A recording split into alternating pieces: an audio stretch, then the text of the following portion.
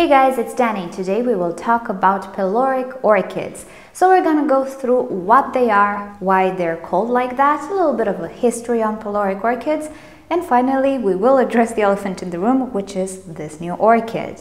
Alrighty, so generally speaking, we call a Peloric orchid one that has a mutation of the flowers, and this mutation generally refers to the shape of the petals. The most common peloria is the tendency of the petals to take the shape of the lip. Reading the articles, we understand that the term peloric comes from the Greek word pelorios, which translates into monster, which is quite a fitting name for these types of orchids. Now, the fact that I am in a Greek country gives me a little bit of a different view. Apparently in Greek, this word doesn't really mean monster. It can mean monstrous, but in the sense of huge, immense. So at this point, I'm kind of failing to see the relevance between a mutation and something really big. So what's done is done. We now refer to them as peloric. So I can show you in my example exactly why this orchid is peloric.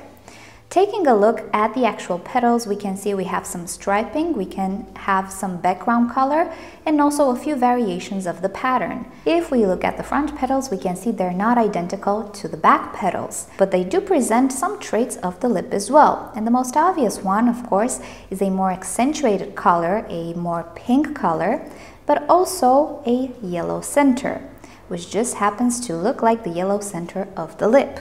Now, my orchid is called a Phalaenopsis picotee. I just happen to have a tag and I researched the website. And if you look on the website, which I will link you down below, you can see that this company actually has the normal version of this orchid. So the normal Phalaenopsis pirate picotee doesn't really look like this, pattern and color-wise and also shape-wise. For this reason, my orchid falls into the peloric category. But what you see here is just one type of peloria trait. There are other traits as well. Now, as I was saying, peloric traits are actually mutations, specifically genetic mutations. And when we go into genetics, we can see it's a very difficult and finicky subject. And most of the times we cannot control the genes and what they will influence. Therefore, there is a whole variation of this mutation in the orchid world. It tends to happen to the most hybridized orchids, which are the Phalaenopsis orchids. And you've probably seen on the market Phalaenopsis orchids which don't seem to open completely.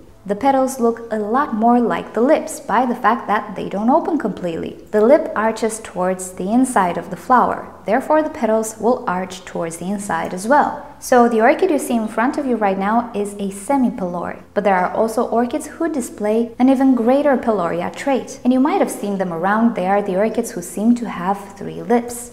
In this case, the petals took the exact same shape of the lip. How can they do that? Well, actually, the lip is a modified petal. And if the genetics of the orchid are in such a manner that the orchid will produce 3 lips, it certainly has the possibility to do so. Alas, peloric traits don't stop here. On the market, there are Phalaenopsis orchids which totally lack a lip. In that instance, what happens is that the lip tries to take the shape of the outer petals. Therefore, the orchid looks like it's totally missing a lip. And in some cases, the peloric trait doesn't fully show. And this is the case of the big lip Phalaenopsis, which is a sort of novelty hybrid. It has become more popular in recent years. In this instance, the lip is trying to take the shape of the petals, but it doesn't achieve this completely.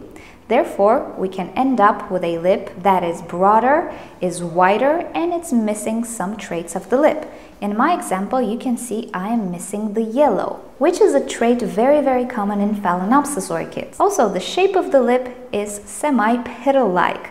We have a petal-like structure here, but we also have a lip structure here. There are a whole variety of orchids which can be peloric, and I've had in the past a zygopetalum which displayed a semi-peloria in the sense that the petals were not closed in, they were white, but they did present obvious signs of trying to take the shape of the lip. If you search on the internet for peloric cymbidiums, you will be amazed. There are quite a few cases of really beautiful peloric cymbidiums as well. So as I was saying, the most hybridized and replicated orchids are the ones more prone to peloric traits.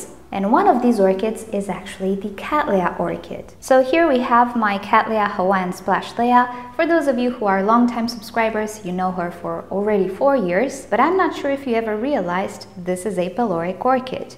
Now, in the case of Cattleyas, being that they are the very first orchid ever reproduced and hybridized by humans, this trait is actually called a splash trait or splash petal trait. But if we take a close look at the flower, we can see that the petals look nothing like the petals in the back, but they do take the very same traits of the lip.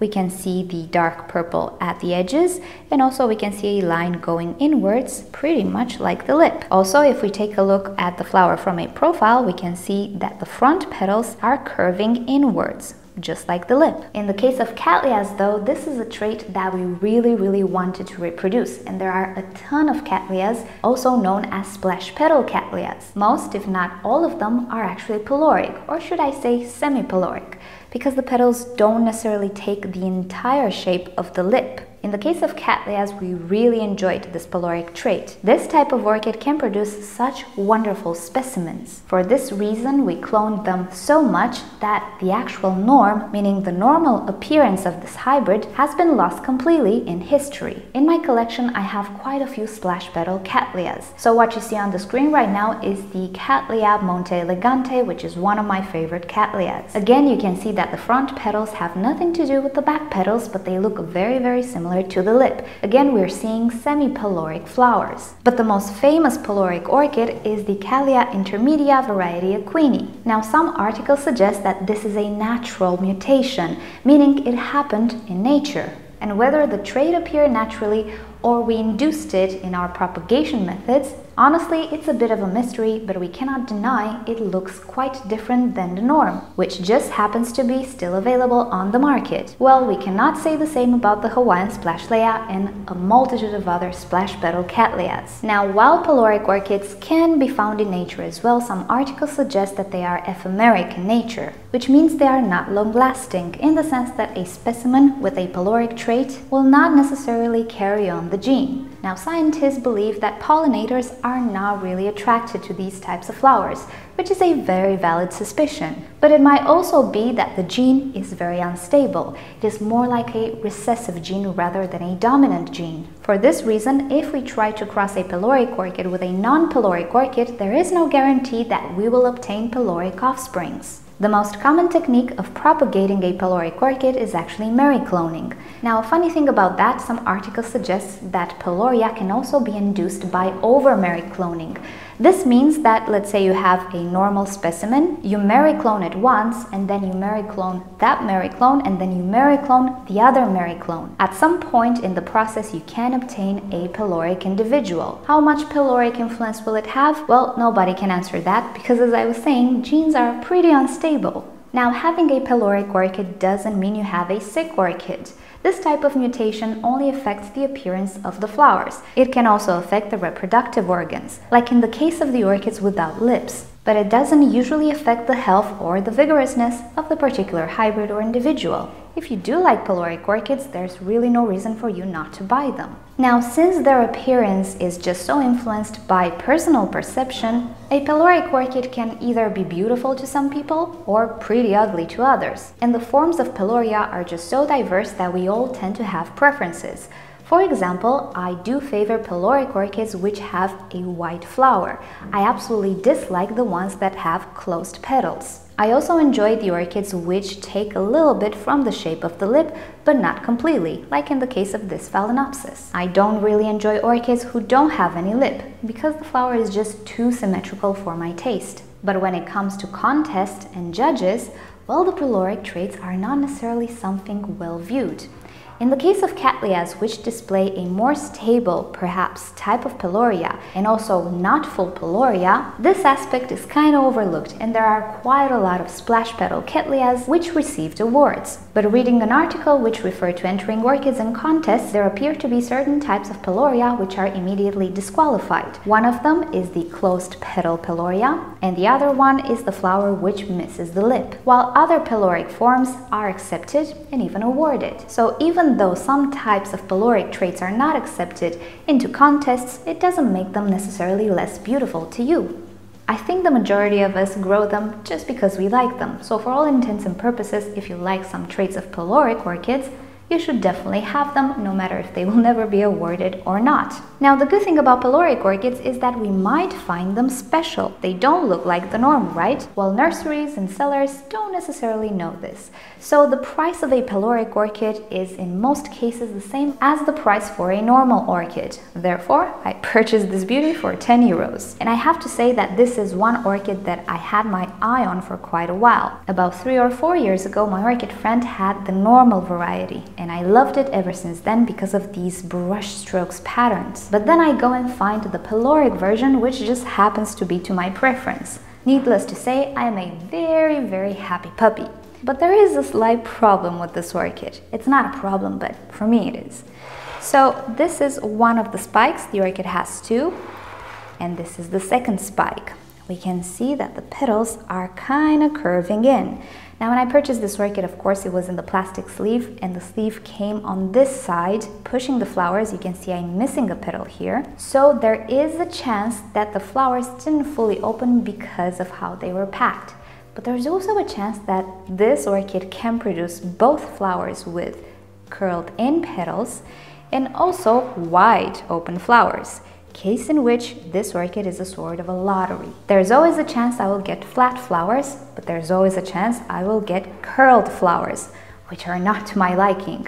So Peloric traits can sometimes be unstable or unreliable. An orchid which produces Peloric flowers can also produce normal flowers. Also, a certain type of Peloric trait might not be consistent throughout the orchid's life. What affects the display? I'm not entirely sure.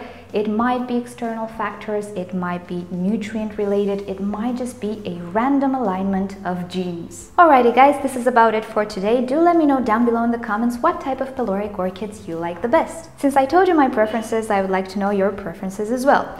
So thank you so much for watching this video. Hope you've enjoyed it. If you liked it, please give it a thumbs up. If you hated it, give it a thumbs down. Subscribe to my channel for daily orchids and plants videos. And don't forget to turn on notifications so you never miss a video.